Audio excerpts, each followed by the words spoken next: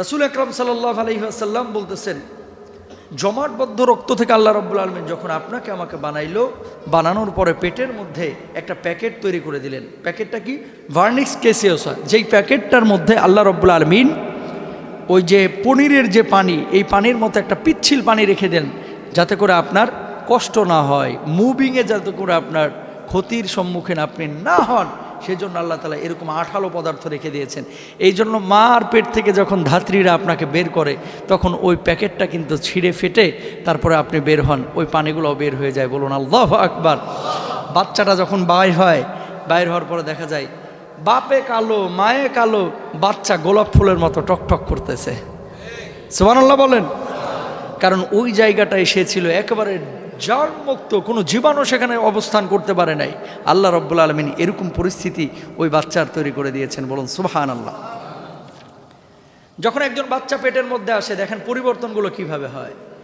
1 থেকে 3 নাম্বার সপ্তাহ পর্যন্ত শুক্রাণু ডিম্বাণু মিলে একটা কোষে রূপান্তরিত হয়ে ভ্রূণকোষ উৎপাদন হয়, ভ্রূণকোষে পরিণত হয়। 2 নাম্বার দেখেন 4র্থ সপ্তাহে ভ্রূণ প্রক্রিয়া সম্পন্ন হয়। ভেতরের অংশ পূর্ণ ভ্রূণ এবং বাহিরের অংশ পুষ্টি সম্পন্ন হয়ে যায় সে সময়। এই সপ্তাহ থেকে শিশুর যে মস্তিষ্ক, মাথা এবং হৃৎপিণ্ড তৈরি হওয়া শুরু হয়ে যায়। বলুন সুবহানাল্লাহ।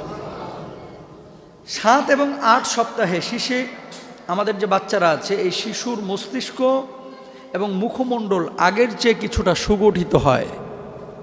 মস্তিষ্ক মানে মাথা, অবয়ব মানে হচ্ছে মুখমণ্ডল, আগের চাইতে কিছুটা সুগঠিত হয়। তারপরে ডাক্তাররা বলতেছেন 9 থেকে 11 সপ্তাহে মুখটা একটু বড় হয়, চোখটা একটু বড় হয়, আরও সুস্পষ্ট হতে থাকে, হাত পায়ের আঙ্গুলগুলো তৈরি হওয়া শুরু হয়ে যায়। আঙ্গুর ফল চেনেন না? দেখবেন কিছু আঙ্গুর থাকে বড়, কিছু আঙ্গুল থাকে একেবারে ছোট্ট ছোট্ট আঙ্গুরের পাশে। ওইরকম হাত থেকে ছোট্ট একটা আঙ্গুল বাইর হয়।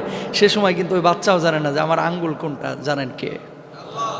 এই যে আস্তে আস্তে বের হওয়া শুরু হলো। কত নম্বর সপ্তাহে? 9 থেকে 11 নম্বর সপ্তাহে।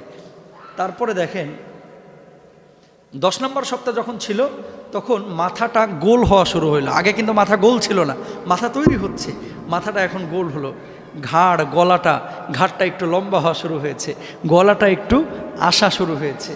11 নম্বর সপ্তাহে চোখ কান এগুলো এঁটে যায়। এঁটে যাওয়া বোঝেন না, একটু ভাষা অবস্থায় ছিল। 11 নম্বর সপ্তাহে এই চোখগুলো, কানগুলো তার মাথার সঙ্গে চোখগুলোকে আল্লাহ সুবহানাহু ওয়া তাআলা মুখের উপরে একটু শক্ত করে এঁটে দেন। বলুন আল্লাহু আকবার। 11 নম্বর সপ্তাহ। 12 থেকে 14 সপ্তাহে ভ্রূণটি এবার পুরোপুরি গঠিত হয়ে যায়, হাত পাও স্পষ্ট হয়ে যায়, এখন আঙ্গুলগুলো বোঝা যায়। ইশারা কার? লজ্জাস্থান, যৌনাঙ্গ এই সময় প্রকাশিত হয়। আপনি পুরুষ হবেন না নারী হবেন সিদ্ধান্ত আগেই হয়েছে, এখন লজ্জাস্থান ফিটিং করে দেন কে? আল্লাহ। পূর্ণ লজ্জাস্থান ফিটিং হয় না, আস্তে আস্তে বাড়তে থাকে। আপনি বড় হন, এগুলো বাড়তে থাকে, আপনি বড় হন, এগুলো বাড়তে থাকে। 120 দিন লজ্জাস্থান এই অবস্থায় থাকার পর আল্লাহ রব্বুল আলামিন এবার ফেরেশতাদেরকে ইশারা করেন, এই ও ছেলে হবে না মেয়ে হবে, এখন তুই মূল লজ্জাস্থানের কাঠামোটা তৈরি করে দে, আমি আল্লাহ রব্বুল আলামিন তোর আদেশ করলাম। বলুন সুবহানাল্লাহ।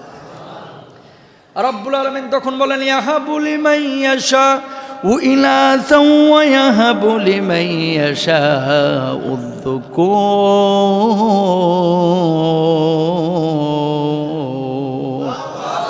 আও ইযাওয়াজুহুম যুকরানা ওয়া ইনাসা। আল্লাহ রাব্বুল আলামিন বলছেন, আমি আল্লাহ তাআলা মানুষকে ছেলে দান করি, আমি আল্লাহ রাব্বুল আলামিন মেয়ে দান করি, আবার যাকে ইচ্ছে ছেলেও দান করি মেয়েও দান করি, যাকে ইচ্ছে ছেলেও দিই না মেয়েও দিই না, বন্ধা করে রেখে দিই। ঠিক কিনা?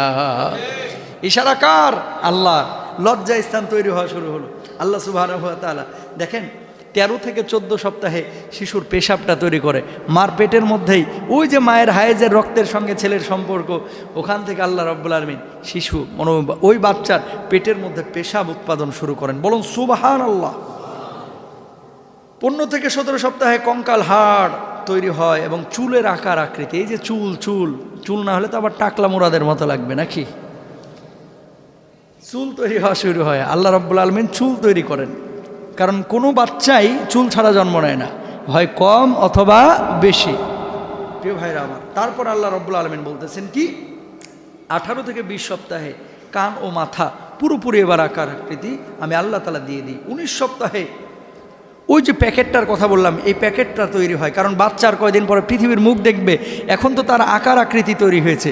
এখন যদি মা এই যে হাতের সাথে মার পেটে চামড়ার ডাইরেক্ট আঘাত লাগে, অনেক সময় মা বসে যায়, হাতটা দুমড়ায় মুচড়া যাইতে পারে, কথা বলেন না কেন, পাটা উল্টানো থাকে, মাথাটা নিচের দিকে থাকে অথবা উপরের দিকে থাকে। মা যদি রান্না করার সময় পেঁয়াজ আলু কাটার সময় অনেক সময় দেখা যাচ্ছে দৌড় দিয়ে যায় আগুন নিভাইতে, দৌড় দিয়ে যায় রান্নাঘরে পানি আনতে, দৌড় দিয়ে যায় বাথরুমে, ওই সময় দৌড়ঝাঁপ করার সময় মার পেটের সাথে চামড়ার সাথে লাইগা অনেক সময় চামড়া খসে যেতে পারে, ভেঙে যেতে পারে হাড়গোড়। এই জন্য আল্লাহ রাব্বুল আলামিন এখন বলতেছেন যে একটা প্যাকেট তৈরি করা লাগবে। কারণ কি, পানির মধ্যে যদি আপনি একটা জিনিস রাখেন, ধরেন একটা আপনি কি বলে ভারী বল রেখেছেন যেটা পানির মধ্যে ডুবেছে অথবা পানির উপরে ভাসমান আছে, ওই বলটা রাখার পরে যদি পলিথিনের মধ্যে বলটা সহ পানিটাকে আপনি রেখে দেন, অনেক সময় চাপ লাগলে বলটা যেদিকে চাপ লাগে তার উল্টা দিকে চলে যায়, ঠিক কিনা? তা আপনার ওইভাবে আল্লাহ তাআলা রেখেছে যে যেদিকে চাপ লাগে যাতে করে বাচ্চাটা উল্টা দিকে চলে যায়, যেদিকে চাপ লাগে বাচ্চাটা যাতে করে ঘষা লেগে ক্ষতিগ্রস্ত না হয়, বলুন সুবহানাল্লাহ। ইশারা কার? ইশারা কার? আল্লাহ। 20 সপ্তাহে নড়াচড়া শুরু হইল। এবার মার পেটের মধ্যে বাচ্চাটা যখন নড়ে, খেয়াল করে দেখেন, পেটের মধ্যে যখন বাচ্চাটা নড়ে, মাছ ধরেন না আপনারা পানির মধ্যে, মাছ ধরলে দেখবেন মাছটা ছটপট ছটপট ছটপট করে, হাতে কিন্তু একটা নড়াচড়ার অনুভূত হয়। মার পেটের মধ্যে পিলপিল পিলপিল করে বাচ্চাটা যখন নড়াচড়া শুরু করে, মা তখন চোখটা বন্ধ করে সুখ অনুভব করে, যেই সুখ পৃথিবীতে টাকা দিয়ে কেনা যায় না। আপনি বুঝবেন না, আপনি তো বাবা, পেটে আসছে আপনার বউয়ের বাচ্চা, আপনি চিন্তা করতেছেন বাচ্চা কবে আসবে, কবে বাপ ডাক শুনবো, আর মা এগুলো চিন্তা প্রথমেই করে না। যখনই বাচ্চাটা একটু নড়ে, মা তখন পেটে হাত দেয় চুপ করে, আরে আমার কলিজার টুকরো আমার পেটের মধ্যে কবে বের হবে, কবে বের হবে। মা চিন্তা করে ও কি ছেলে নাকি মেয়ে, যদি ছেলে হয় মাদ্রাসায় পড়াবো, যদি মেয়ে হয় ওখানে পড়াবো, আর যদি 14 বছর পরে বাচ্চা হয়, আল্লাহ কোনো মতো একটা ছেলে দাও, এরা বড় আলেম বানাবো। 14 বছর পরে বাচ্চা আল্লাহ ছেলে দিছে ঠিকই, কিন্তু মাদ্রাসা তো দূরের কথা, মসজিদের মক্তব্যও একদিনও পাঠায় না। আছে না নাই? গাদ্দার এগুলো কি? গাদ্দার, বেঈমান, আল্লাহর সঙ্গে কমিটমেন্ট করে লাস্টে কি করে, এগুলো আর মানে না। প্রিয় ভাইরা আমার, এই যে নড়াচড়া শুরু হলো, মা এগুলো বোঝার পরে তখন বাচ্চাটা জন্মগ্রহণ করে। বাচ্চাটা জন্মগ্রহণ করার পরে যখন বাচ্চাটা মার সামনে নিয়ে আসা হয়, 10 মাস 10 দিনের সমস্ত যন্ত্রণা কষ্ট মা ভুলে যায়, বলুন সুবহানাল্লাহ। যেদিন মা জন্ম দেবে আপনার বাপের হাত ধরে মাপ চাইছিল যে, ও স্বামী, জানি না আজকে ফিরবো কিনা, কারণ সন্তান জন্মের সময় অনেকে মারা যায়, হয়তো বা আমিও মারা যেতে পারি, তোমার হক আদায় করতে পারি নাই, তুমি আমার মাফ করে দিও। মার কলিজার মধ্যে ধুকু ধুকু ভয়, না জানি এবার মরে যায়, না জানি এবার মরে যায়। কিন্তু মা যখন যাচ্ছেন, মা যখন গেলেন, যাওয়ার পরে দেখলেন যে না, আল্লাহ তাআলা আমারে এখন পর্যন্ত বাঁচিয়ে রেখেছেন। সন্তান জন্ম দিলেন, রক্তাক্ত হলেন, ব্যথা পেলেন, সন্তানটাকে মার সামনে নিয়ে আসা হয়, মার 10 মাসের দুঃখ যন্ত্রণা কষ্ট সব ভুলে যায় মা, বরং সুবহানাল্লাহ। মা হচ্ছে সেই মা। এরপরে দেখেন 20 সপ্তাহে নড়াচড়া শুরু হলো। 21 থেকে 23 সপ্তাহে এবার বাচ্চা ঘুম যায়, জাগারও প্রবণতা তৈরি হয়। একটা নির্দিষ্ট সময় পেটের মধ্যে সে চোখ বন্ধ করে ঘুমায়, আবার আর একটা নির্দিষ্ট সময় একটু নড়াচড়া করে, চোখটাকে খোলার চেষ্টা করে। সুবহানাল্লাহ। অক্সিজেন গ্রহণের প্রবণতা তৈরি হয়। 23 সপ্তাহে চামড়ার ভাঁজ তৈরি হয়, চামড়ার ভাঁজ, শরীরে চামড়ার ভাঁজ আছে না, এই ভাঁজগুলো তৈরি হয়। এবার রংটা গোলাপি হতে শুরু করে, তালু রেখা তৈরি হয়। 24 থেকে 26-এ মাথার চুল পূর্ণভাবে গজায় যায়। 25 সপ্তাহে বাচ্চা যদি উঁচু কোনো আওয়াজ শুনে পেটের মধ্যে চমকে ওঠে, আল্লাহু আকবার। জোরে জোরে গান শোনে না অনেকে, অথবা বজ্রধ্বনি, বিদ্যুৎ চমক, ওরকম যখন হয় বাচ্চা কিন্তু পেটের মধ্যে এরকম কাঁপে ওঠে। আল্লাহ তাআলা ওই ফিলিংস, অনুভূতি তারা দিয়ে দিয়েছে। এই জন্য নিয়ম হচ্ছে যখন 3 মাস 4 মাস হয়ে যায়, আর টেলিভিশনে আজে বাজে গান টান না শোনা, সারাক্ষণ কোরআন তেলাওয়াত শোনা, ইসলামী সঙ্গীত শোনা, আল্লাহর জিকির শোনা, এগুলো শুনলে কি হয়, বাচ্চার কানের মধ্যে ওগুলো পৌঁছায়। যখন বাচ্চাটা জন্ম নেয় তখন আল্লাহ ওয়ালা হয়ে জন্ম নেয়, বলুন সুবহানাল্লাহ। এগুলো খেয়াল রাখা চাই প্রিয় ভাইরা আমার। 26 সপ্তাহে আঙ্গুলটা পুরোপুরি এবার রেডি। এই যে আঙ্গুল, এতদিন তো ছিল ওই যে আঙ্গুরের বিচির মতো, অথবা আঙ্গুরের ছোট আঙ্গুরের পরিণত বয়সে যেরকম হয় এইরকম। আজকে আঙ্গুলগুলো 5টায় পরিণত হয়ে গেছে।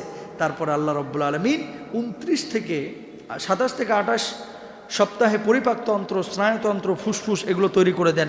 29 থেকে 31 সপ্তাহে হাড় গোড় এগুলো পুরোপুরি গঠন করে দেন, যদিও সেগুলো নরম থাকে। চোখের পাপড়িও গঠিত হয়ে যায়। প্রচুর চুল তার মাথার ওপরে চলে আসে। হাড়ের মধ্যে, আমাদের যে হাড়, হাত পায়ের হাড়ের মধ্যে মগজ আছে না, এই হাড়ের মধ্যে মগজ এই সময় আল্লাহ তাআলা ঢুকাইয়া দেন। বলুন সুবহানাল্লাহ। হাড়ের মধ্যে মগজ আল্লাহ তাআলা ঢুকাইয়া দেন। এরপর আল্লাহ রাব্বুল আলামিন 32 থেকে 37 সপ্তাহে পায়ের নখ ইত্যাদি দৃশ্যমান করান। ওপর নিচে এবার সে মুভ করতে পারে, নড়াচড়া করতে পারে, তার ওজন বাড়ে, ফুসফুস শ্বাস প্রশ্বাসের জন্য পুরোপুরি প্রস্তুত হয়ে যায়। স্তনপানের জন্য তার ঠোঁট দুইটা তৈরি হয়ে যায়, জিহ্বাটাও তৈরি হয়ে যায়। এবার আল্লাহ তাআলা 37 সপ্তাহে অথবা তার কিছু আগে পরে ফেরেশতাদেরকে বলে, ফেরেশতারা যা, এবার পেটের মধ্যে বার্তা নিয়ে যা ওই সন্তানের কাছে, ওর মার পেটের মধ্যে, যে তোর আর পেটের মধ্যে থাকার সময় নেই, এখন তোকে দুনিয়ার বুকে যাইতে হবে, যা পেটের মধ্যে থেকে বের হয়ে যা। আল্লাহ যখন ইশারা করে, মার পেটের মধ্যে থেকে সন্তান বের হয়ে যায়। বলুন সুবহানাল্লাহ। দেখেন, এই যে 37 সপ্তাহ, শোনা যায় খুব কম যে 37 সপ্তাহ তো 37 সপ্তাহ। বিশ্বাস করেন, এই 37টি সপ্তাহের প্রতিটা দিন, প্রতিটা মুহূর্ত একজন মা যখন পেটের মধ্যে বাচ্চাটা রেখেছে, সে চিন্তা করেছিল এই সন্তান ছেলে হবে না মেয়ে হবে। নানান রঙিন স্বপ্ন সে দেখেছে।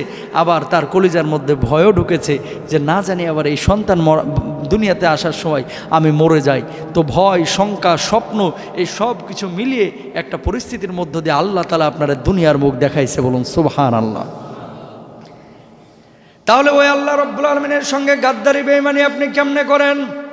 আল্লাহ রাব্বুল আলামিন বলছেন, কাইফা তাকফুরুনা বিল্লাহি ওয়া কুনতুম আমওয়াতান ফাআহইয়াকুম সুম্মা ইউমীতুকুম সুম্মা ইউহয়ীকুম সুম্মা ইলাইহি তুরজাউন। আল্লাহ রাব্বুল আলামিন বললেন, ও মানুষ, কিভাবে তোমরা আল্লাহ রাব্বুল আলামিনের সঙ্গে বেঈমানি করো, কুফরি করো? তোমরা তো ছিলে মৃত, আমি আল্লাহ রাব্বুল আলামিন তোমাদেরকে জীবন দিয়েছি, আবারও আমি আল্লাহ রাব্বুল আলামিন তোমাদের মৃত্যু ঘটাবো। তোমাদের পরিবর্তন স্থল, প্রত্যাবর্তন স্থল হচ্ছে আমি আল্লাহ রাব্বুল আলামিনের কাছে। তখন তো তোমরা পার পাইবা না। আল্লাহ রাব্বুল আলামিনের গোলামি দাসত্ব দুনিয়ার বুকে করো। যদি না করো, আল্লাহর সঙ্গে কুফরি বেঈমানি করলে আল্লাহ ছাড় দেন, কিন্তু একেবারে ছেড়ে দিবেন না, ঠিক কিনা? রব্বুল আলামিন আয়াতের মধ্যে বলছেন, ইন্নাল ইনসানা লাকাফুর। মানুষ বড় অকৃতজ্ঞ, খায় আল্লাহর, পরে আল্লাহর, গ্রহণ করে আল্লাহর, সুস্থতা থাকে আল্লাহর নিয়ামতের মাধ্যমেই। মানুষ সব কিছু আল্লাহর ভোগ করে, কিন্তু মানুষ আল্লাহর সঙ্গে বেঈমানি করে। আল্লাহ ছাড় দিবেন, কিন্তু একেবারে ছেড়ে যেহেতু দেন না।